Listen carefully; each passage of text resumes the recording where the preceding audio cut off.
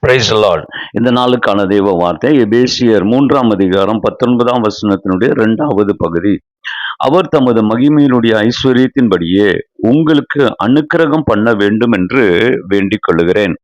நம்முடைய தேவன் நமக்கு அனுக்கிரகம் பண்ணுகிற தேவன்.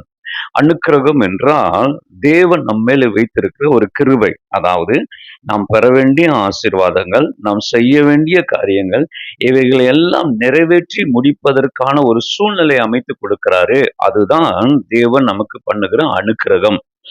தேவன் அனுக்கிரகம் பண்ணுகிற ஒரு 3 காரியங்களை உங்களுக்கு வேகமாய் சொல்லுகிறேன். முதலாவதாக பிரசங்கின் புஸ்தகம் 5ஆம் அதிகாரம் 19ஆம் வசனத்தில் வாசிக்கிறோம்.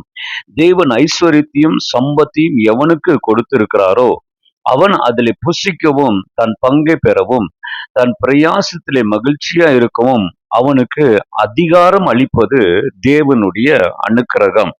அருமையானவர்களே, தேவன் நம் இந்த பூமியிலே வாழுவதற்கு நமக்கு என்னெல்லாம் தேவையோ அதையெல்லாம் கொடுத்திருக்கிறார்.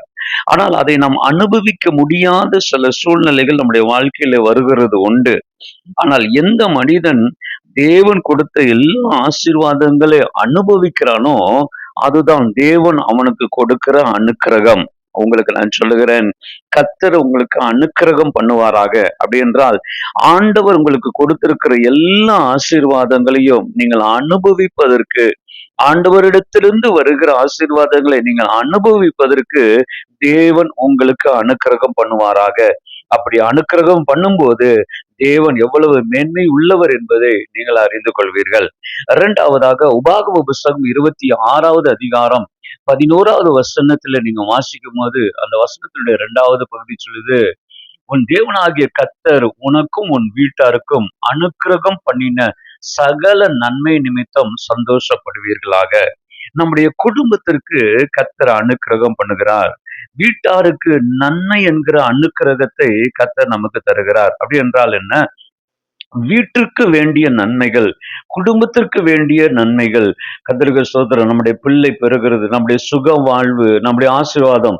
ஆதியாகம புஸ்தகத்துல நீங்கள் அதை வாசிக்கலாம், ரூத்து புஸ்தகத்துல நீங்கள் வாசிக்கலாம். இது எல்லாமே நம்முடைய வீட்டுக்கு கர்த்தர் நன்மை செய்கிறார். அதுவும் தேவன் காண்பிக்கிற ஒரு மிகப்பெரிய அனுக்கிரகமாயிருக்கிறது.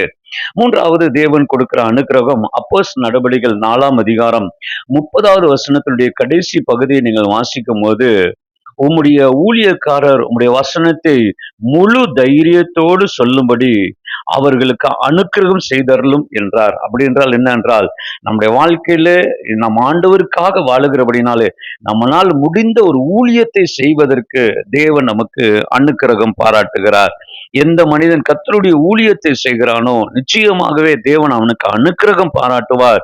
அப்படி அனுக்கிரகம் பாராட்டும் போது பூமிக்குரிய ஆசீர்வாதங்களினாலும் நிரப்புகிறார், மகிமையாகிய பரலோகத்துக்குரிய ஆசீர்வாதங்களினால் நிரப்புவாராக. கர்த்தர் தாமே இந்த நாளிலே உங்களுக்கு அனுக்கிரகம் பண்ணுவாராக. God bless you.